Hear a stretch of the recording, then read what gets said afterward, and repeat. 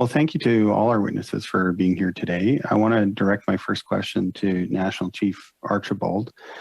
First, just by saying thank you for being here to express some of the concerns that Indigenous people have in respect to the use of the Emergencies Act and what it may mean for them in future scenarios. I think one of the opportunities here at this committee is to provide recommendations to government on what we learned through this particular use of the Emergencies Act and what kinds of things it might look at putting in place, whether that's changes to the Act itself or whether it's kind of better guidelines and practices to inform future uses of the Act if there are future uses of the Act. And so I'm wondering if you might have some recommendations along those lines. I know in your opening remarks, I think you made a good case for why the position of First Nations people here in Canada is different than many other protests, particularly in respect of defending land and water rights.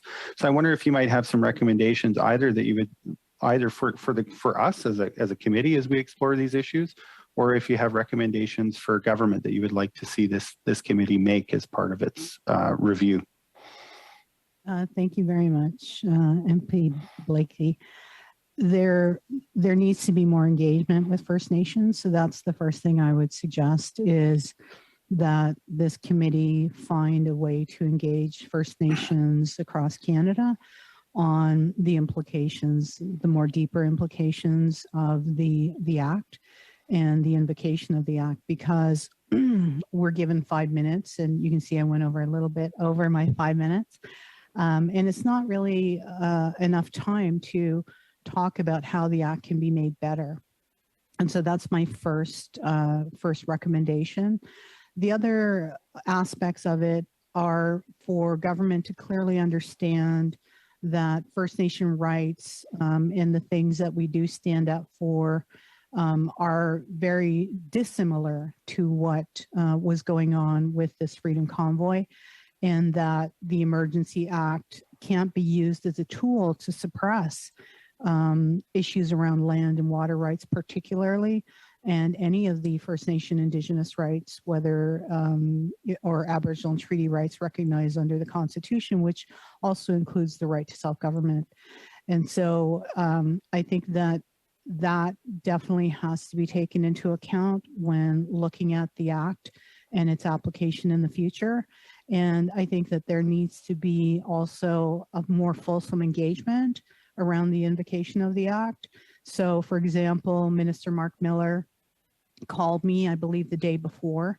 There had been talk for a number of days about the Act being invoked, but the day before he actually called me and said, this is going to be happening. And to me, although I really appreciate the relationship I built with Minister Miller, giving the National Chief a heads up the day before is not acceptable. And so there needs to be processes in place that are definitely more fulsome than that when it comes to First Nation land defenders and water defenders in this case. I hope that answers your question. Yeah, thank you very much. I guess the other component of this for me when we talk about Canada's Indigenous peoples and the behavior of government is that we often see, and we've seen in the last 20 or 30 years or so, the government adopt a kind of aggressive posture in respect of Indigenous rights and the government's ability to circumvent them. But then we see, usually after a lengthy and expensive court battle, the rights of Indigenous peoples affirmed in the court. And so I wonder if you want to speak a little bit to that dynamic and how that might inform approaches to the Emergencies Act, because often justice delayed is justice denied. Clearly the stakes are high in respect of using something like the Emergencies Act, which means it's important that we get it right the first time. So could you speak a little bit to that relationship and some of the things that the federal government might be able to do to ensure that when it comes to matters as serious as this, that it gets it right the first time? There is a need to complete the Constitution talks from the 1980s. And I've actually called on the Prime Minister to have a table again with First Nation leaders from across Canada, because that's the starting place of how we build this relationship in a truly equal and positive manner. Because courts tend to be combative, and so we end up getting to a resolve, but the process of getting there isn't positive.